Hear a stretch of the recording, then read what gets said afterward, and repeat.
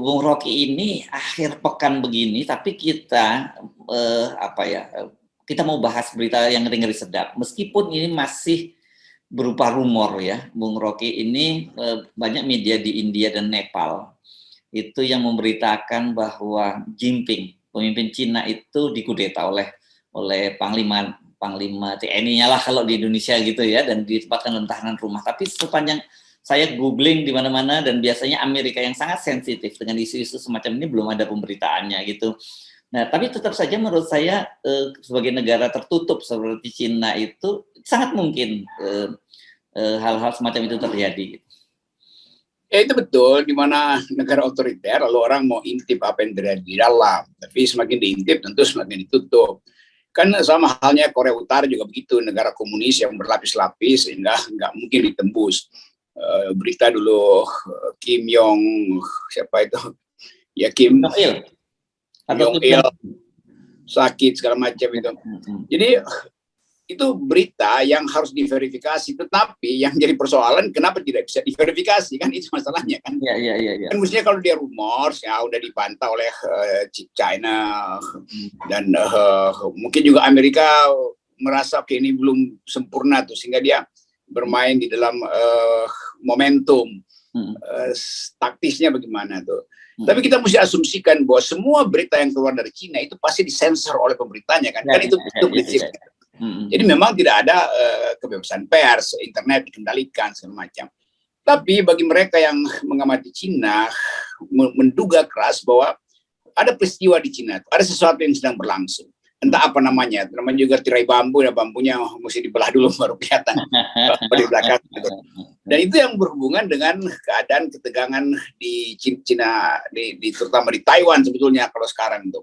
Dan bisa dipastikan bahwa ketegangan Cina dengan Taiwan itu pasti juga hasil operasi intelijen CIA yang mungkin ada di Taiwan atau menyeberang ke Cina daratan. Lalu terjadi komplikasi-komplikasi itu. Tetapi kalau kita bikin analisis yang terjadi atau yang sedang berlangsung sekarang yang tidak kita ketahui, itu dengan mudah diprediksi. Karena mungkin dari 20 tahun lalu kita udah amati bahwa Cina itu ada dalam ketegangan antara pemerintahan yang otoriter dengan kelas menengah yang lagi tumbuh. Kelas menengah menginginkan kebebasan itu. Demikian juga wilayah-wilayah yang kosong, wilayah-wilayah yang terisolir kan tidak semua rakyat Cina itu menikmati pertumbuhan ekonomi, kendati growth-nya itu tinggi, tetapi disparitas juga tinggi. Beberapa tahun lalu saya datang ke Beijing dan mengintip ada yang disebut kota tua di depan Tiananmen Square itu temboknya ada dua lokasi, temboknya sama persis dari luar. Tapi kalau kita masuk ke dalam, yang satu perumahan mewah, yang satu betul-betul perumahan kumuh yang tempatnya betul-betul kalau kita mau lihat mana yang kumuh dan mana yang mewah, kita lihat aja gardu di depannya itu. Kalau gardu itu ada 6, misalnya berjejer 6 meteran, itu artinya satu rumah yang 6 kali 6 itu juga ada 6 meteran. Tapi kalau rumah yang mewah besar itu cuma 1 meteran. Dengan mudah kita lihat itu kan. Waktu saya coba berbincang-bincang di situ dengan beberapa mak-mak di wilayah yang kumuh, mereka masuk ke dalam karena takut dianggap saya wartawan, tapi saya anggap saya agak tipu. Saya bilang saya analis lagi bikin riset tuh. Jadi ketegangan di Cina itu, ini di Beijing loh, terlihat sekali ditutup-tutupi itu. Tembok dari luar besar sama, tetapi di dalamnya ada yang parah betul tuh. Dinding udah kropos, jendela yang betul-betul jendela bekas. Kita hanya bisa intip kecil tuh di situ. Nah itu sebetulnya yang terjadi. Jadi kalau kita bikin analisis tentang Cina, potensi kelas menengah untuk menuntut kebebasan besar sekali di Cina. Dan semakin lama kita lihat krisis di Cina itu nggak bisa lagi ditutupi. Karena pertumbuhan yang menurun, inflasi yang naik, dan proyeksi yang gagal. Nah itu mungkin terjadi sedikit ketegangan di kalangan PKC. Dan ya biasa aja di Cina kalau terjadi kudeta ya hal yang biasa tuh. Di negara-negara yang otoriter juga hal yang sama berlangsung, dan mungkin sering dalam 2-3 hari nggak ketahuan apa yang terjadi di belakang persaingan jenderal-jenderal itu. Ya. Itu kita bisa menduga ya kalau kalau nggak benar ya udah, itu artinya ada problem dengan pemerintahan Cina. Kenapa nggak diluruskan duluan? Atau Cina memang lagi mancing aja tuh, seolah-olah ada kudeta. Tapi kalau dia benar, itu mudah diduga bahwa memang itu hal yang bisa terjadi. Ya kan kita teringat juga ketika serbuan Rusia ke Ukraine beberapa waktu yang lalu, bahkan sampai lembaga intelijen Inggris misalnya menyebarkan rumor bahwa Putin itu sudah meninggal dunia gitu, dan yang muncul adalah orang kembarannya dan sebagainya. Bisa jadi ini juga operasi semacam itu ya. Tapi kalau India kan sekarang ini juga punya ketegangan di perbatasan dengan Cina itu, dan beberapa kali sering terjadi bentrokan. Iya, India udah lama itu bertegang-tegangan dengan Cina, dan India tuh tegang-tegangan dengan Cina dan tegang-tegangan dengan Pakistan. Kalau dengan Pakistan itu udah lama sekali ya soal-soal semacam itu. Tapi kalau beritanya dari India atau beritanya dari Nepal kan ini Nepal tempat saya naik gunung nih, itu apa namanya, negara kedua saya tuh. Nepal itu adalah negara boneka dari Cina sebetulnya tuh. Pemerintahnya itu dituju aja oleh Cina tuh. Jadi Nepal juga mungkin punya kepentingan, atau Amerika, negara-negara Barat punya kepentingan untuk mengatur isu semacam ini. Itu hal yang menarik untuk kita perhatikan. Tapi yang lebih utama adalah memastikan bahwa Cina memang sebagai dulu disebut sebagai mini superpower atau junior superpower, nggak bisa lompat jadi superpower karena tiba-tiba kena COVID, krisis ekonomi, itu global supply chain-nya berhenti. Sementara Cina itu sangat tergantung energinya dari negara-negara luar tuh. Cina itu pengimpor semua jenis energi karena dia nggak bisa produksi energi sendiri tuh.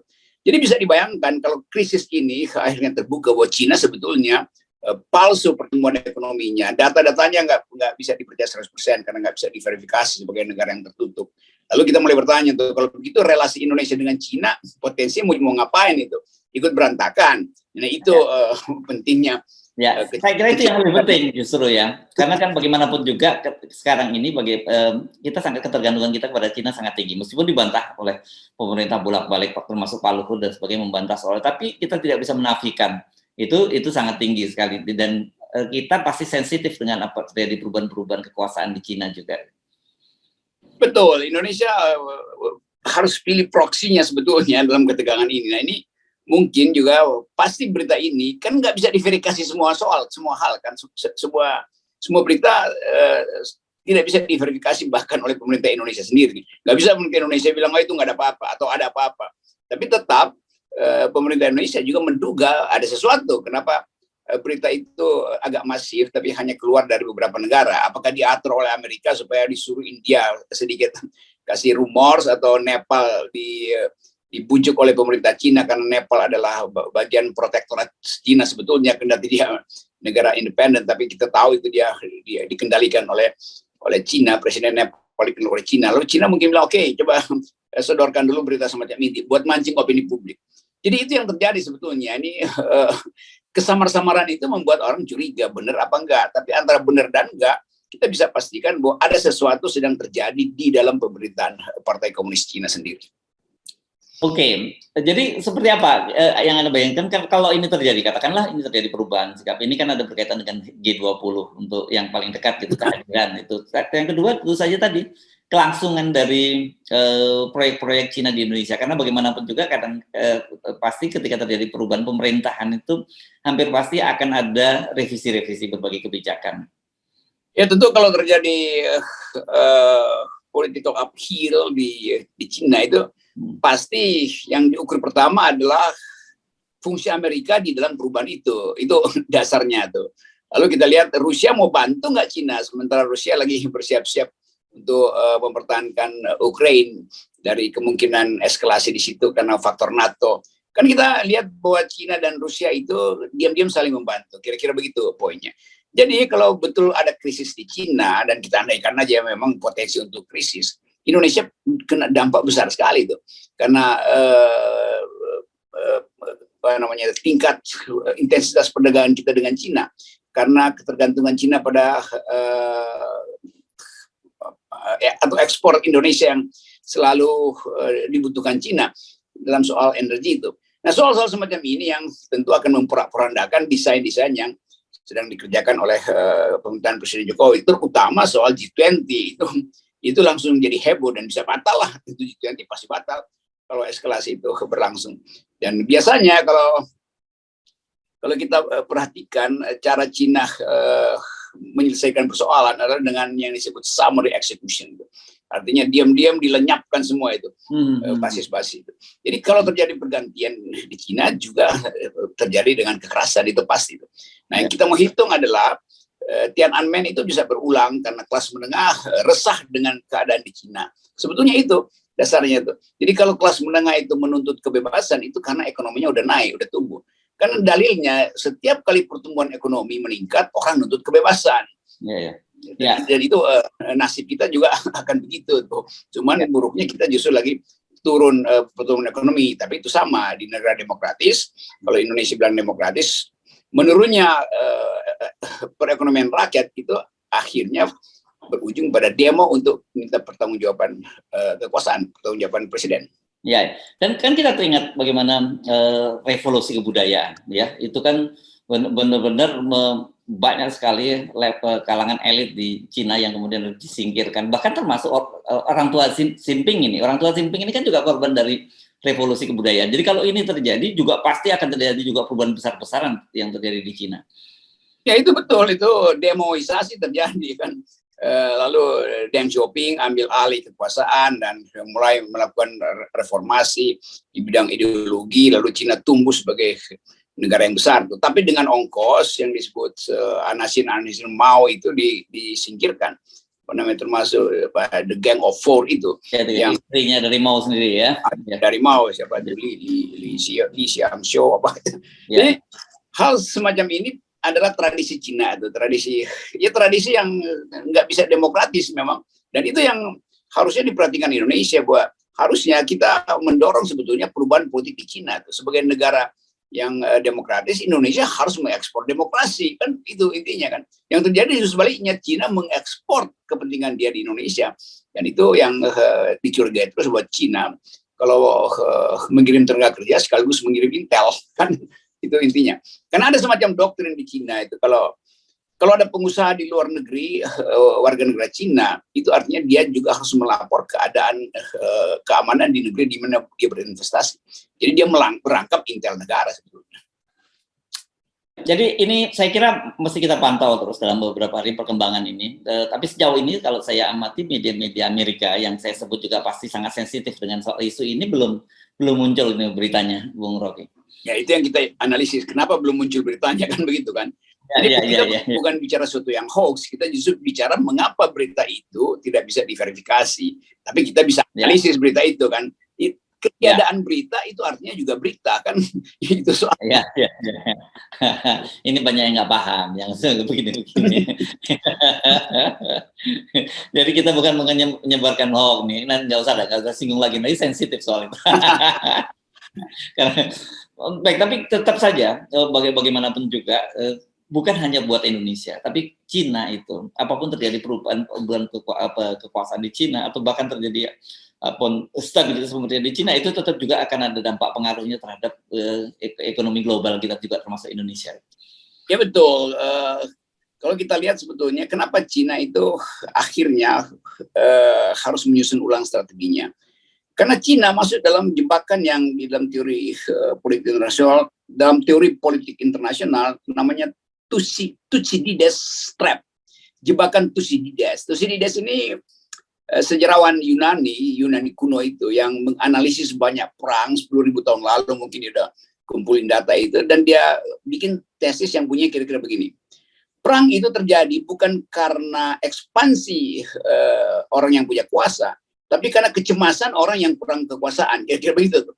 Jadi kalau kita cemas, justru kita yang memulai perang. Nah, sangat mungkin juga Cina masuk dalam jebakan Thucydides ini nih, sehingga dia berupaya untuk ekspansif. Tapi kalangan militer merasa ini nggak cukup kita nih untuk berperang dengan superpower Amerika karena kita masih junior superpower. Dan dalam keadaan kedudukan junior superpower, ekonominya memburuk. Lalu analis Cina atau militer Cina menganggap ini mending kita tahan sedikit. Tapi karena Xi Jinping, presiden Cina ini ingin mempercepat postur dirinya, lalu dia mungkin ditahan oleh militer kan itu. Jadi kita hanya bisa menduga, tapi dengan analisis tentu kan itu dasarnya. Tapi apapun yang terjadi, kalau terjadi perubahan yang sangat dramatis di Cina, itu kita mesti siap-siap, dampaknya ke Indonesia itu pasti juga akan sangat terasa. Itu yang saya kira concern kita di situ ya. Iya, Cina diam atau Cina bergolak, tetap Indonesia kena dampaknya tuh. Karena ekor naga itu bisa menempeleng Republik ini itu. Karena Cina tetap harus dianggap negara yang berbahaya karena dia menampung ekonominya tumbuh, tapi militerisasi juga berlangsung, dan itu yang nggak bisa kita verifikasi. Itu bahayanya negara yang tertutup. Tapi ya itu pilihan dia, oke lah. Oke. Baik, terima kasih Bung Rocky, dan tetap seperti biasa kita kawal dengan 0%. Ya, kalau ini pilihan kita 0%. Yes, oke, thank you Bung Rocky.